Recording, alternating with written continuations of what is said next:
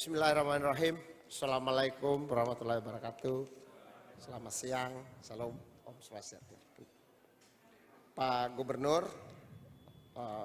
yang akan hadir lewat ruang virtual, yang kami hormati Gubernur DIY, salam Bu ya. Dalam hal ini diwakili oleh Ibu Yuna, terima kasih sudah datang jauh-jauh dari Jogja. Ibu Eva belum datang ya, anggota Komisi DPR ini. Mas Gibran, moga-moga sebentar lagi join. Ini Bapak kami, orang tua kami, Bapak Bupati Karanganyar, Pak Jul. Tepuk tangan dulu untuk Pak Jul. Ya. Sebentar saya akan lapor kepada pemilik wilayah ya Karanganyar. Terus Bapak Wakil Bupati Wonogiri, Pak Setio. Lalu Bapak Bupati Boyolali, dalam hal ini diwakili Pak Boni. Selamat siang Pak. Bupati Klaten diwakili oleh Pak Suryanto. Selamat siang. Kemudian Bapak Bupati Sukoharjo yang diwakili Pak Suseno. Selamat siang. Bapak Joko, Pak Nugroho Joko Prastowo, ya, Kepala Perwakilan Bank Indonesia Solo, hadir bersama-sama kita untuk acara sebentar. Lalu Pak Dr. Mulyanto ya dari UNS, selamat siang Pak. Di sini juga para pimpinan Kompas Gramedia, Forum Komunikasi Kompas Gramedia ya, dari Santika, dari Amaris, dari toko buku, dari sirkulasi Kompas juga ada di sini. Selamat siang semua, teman-teman yang pimpinan kompas.com juga ada di sini ya, dari Grid Network. Selamat siang. Para undangan, para hadirin yang menyaksikan acara ini secara langsung di sini. Dan teman-teman Tribun seluruh Indonesia yang menyaksikan acara ini secara virtual, selamat siang. Pak Bupati izin saya laporkan, ini catatannya banyak karena saya minta laporannya untuk melapor pada Bupati, Pak Bupati. 2016 saya datang ke sini, ada Pak Sentri mohon izin berdiri. Ini salah satu pendiri Tribun ya, Pak Sentrianto. Tepuk tangan dong, biar nggak begitu tegang. Ya. Beliau ini yang mimpin tim bisnis, dulu ada Pak Herman, kita datang ke sini, ke Solo beberapa kali. Tadinya kita bikin koran, setelah kita bikin di Jogja dan Jateng. Tapi kita lihat sepertinya nggak memungkinkan lagi, sehingga kita bikin media online, namanya tribunsolo.com. Lalu kita bikin kantor di Jalan Pakel, ada satu ruko di sana, 3 lantai. 12 karyawan. Nah ini generasi awalnya, izin saya perkenalkan ada Mas Junianto. Mana Mas Jun? Mas Junianto ya, lagi di luar kali ya. Itu kebetulan orang Solo yang istrinya punya warung selat Solo. Tapi kerja di Tribun dari awal ya puluhan tahun. Dari 12 karyawan ini, izin Pak Bupati. Jadi waktu interview itu, yang pertama saya terkesan adalah kenapa alumni UGM, alumni Undip, Brawijaya mau kerja di Solo. Itu dulu yang menurut saya, wah ini luar biasa. Di Jakarta belum tentu orang datang, tapi kok di Solo malah kita dapat gitu. Dan kita butuh 12 orang yang melamar sekitar 200-an orang. Itu sudah sinyal yang menurut saya ini mestinya punya gudang SDM di sini. Itu finding yang pertama Pak Jun. Yang kedua, ini agak sedih sedikit. Jadi waktu interview ya, dari Semarang, kemudian dinyatakan diterima, dia menangis. Dan saya betul-betul terkesan karena ketika dia menangis, saya tanya, kenapa kamu menangis? Wah, Pak, bapak saya pasti senang. Saya bisa kerja di sini. Dan bapaknya itu sopir trek Pak. Saya merasa wow, kita melakukan sesuatu yang sangat baik. Saya waktu itu masih interview sendiri dan saya juga menemukan beberapa karyawan kita kerja dari media di Jakarta Pak. Dan kerja di Solo, mau pindah ke Solo. Saya tanya, kenapa kalian mau pindah ke Solo?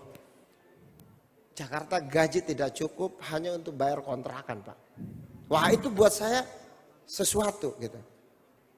Dan setelah kita cek, ternyata Solo ke kantor cuma 5 menit. Jadi 1 liter bensin bisa 1 minggu Pak. Jadi artinya biayanya murah sekali. Lalu yang saya temukan lagi setelah menelusuri itu, di sini kalau kita punya tabungan 300.000 bisa cicil rumah. Di Jakarta itu nggak bisa.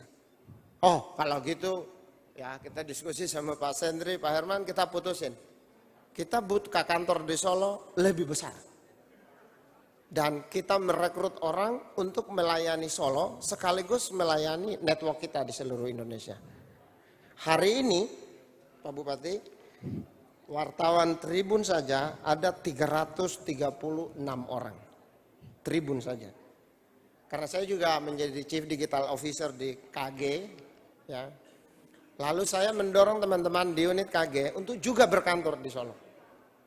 Per hari ini karyawan kompas.com di Solo 109 orang. Hari ini di Solo. Itu sudah kurang lebih sepertiga dari karyawan dia di Jakarta. Ya. Lalu Kompas TV juga ikut di sini. Ya. Dan kebetulan saya juga pimpin Grid Network. Lalu teman-teman Grid, Nova, Bobo, National Geography, Intisari, Grid Auto, ini kantor di sini 161 orang Pak.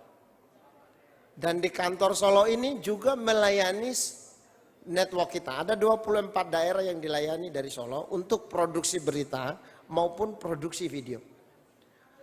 Tim video kita di Solo itu berjumlah 110 orang. Mengelola sekitar 60 channel di YouTube dengan pengikut sekitar 24 juta. Dan pengikut kita di TikTok Pak, luar biasa, itu 30 juta. Dan itu dikendalikan sebagian terbesar dari Solo. Itu luar biasa. Tepuk tangan untuk Solo. Yang saya mau sampaikan adalah, poin yang saya mau sampaikan adalah, Solo ini gudangnya sumber daya manusia yang berkualitas Pak. Jadi saya mendorong teman-teman saya di Jakarta yang dari startup, apa alasannya kita berkantor di Jakarta? Hampir-hampir tidak ada Pak. Kalau dulu ada alasannya, karena kita dekat DPR, harus ke istana, harus ke polisi. Hari ini sebagian alasan itu sudah tidak ada. Itu alasan pertama kenapa di Solo. Nah Pak Jul, ini yang kedua. Kenapa di Karanganyar? Kenapa enggak di kota Solo? Gini.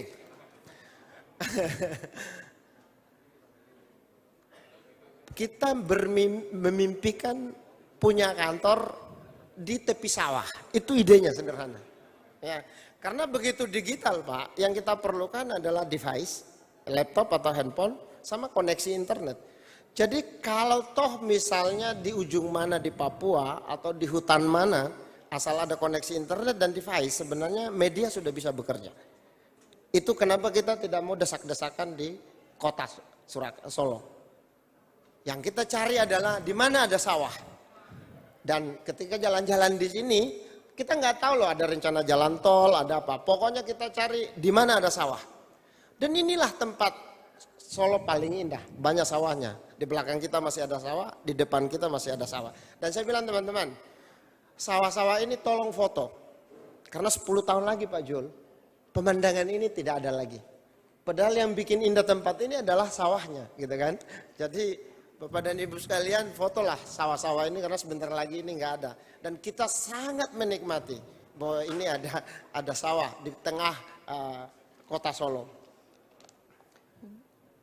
Sudah 2 pertanyaan ya, kenapa Solo, kenapa di Karanganyar. Berikutnya adalah kenapa 2 gedung?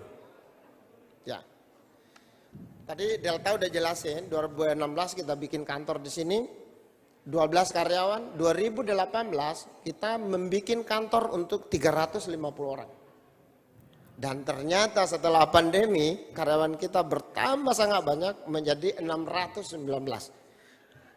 Tadinya nggak ada masalah karena karyawan kita bekerja dari rumah. Tapi kalau pandeminya selesai ketika teman-teman berkantor, ruangannya udah nggak cukup. Maka kita bikinlah kantor baru ini dan artinya begitu kantor ini dibuka, setengah dari sana pindah ke sini, kantor ini sudah penuh. Dan Pak Jul ini tanah di sebelah rupanya dijual, sama tanah di belakang juga dijual. Ya, mohon doa, moga Tribun terus tumbuh dan memberi manfaat untuk kita semua. Amin. Atas semangat itulah kita juga mengangkat diskusi dengan tema jalan tol. Ini strategik. Bagaimana kita melihat kawasan segitiga Jogja, Solo dan Semarang untuk periode mendatang. Saya rasa ini mestinya ini kawasan tambang emas bukan cuma untuk Jawa Tengah saja, mestinya juga untuk Indonesia. Dan saya ke mana-mana karena kita punya jaringan dari Manokwari, Papua, Aceh, Gayo, semua. Apa yang saya temukan di sini tidak temukan di tempat lain. Sekali lagi, ini gudangnya sumber daya manusia yang berkualitas. Mestinya ini aset, bukan cuma destinasi wisata. Terima kasih. Semoga kantor ini membawa berkah bagi kita semua. Semoga Tribun memberi manfaat untuk kita semua. Dan kita ikuti seminar sebentar dengan ucapan Bismillahirrahmanirrahim. Dan terima kasih atas waktunya Bapak dan Ibu sekalian. Assalamualaikum warahmatullahi wabarakatuh. Selamat siang. Salam. Jangan lupa like, subscribe, dan share ya.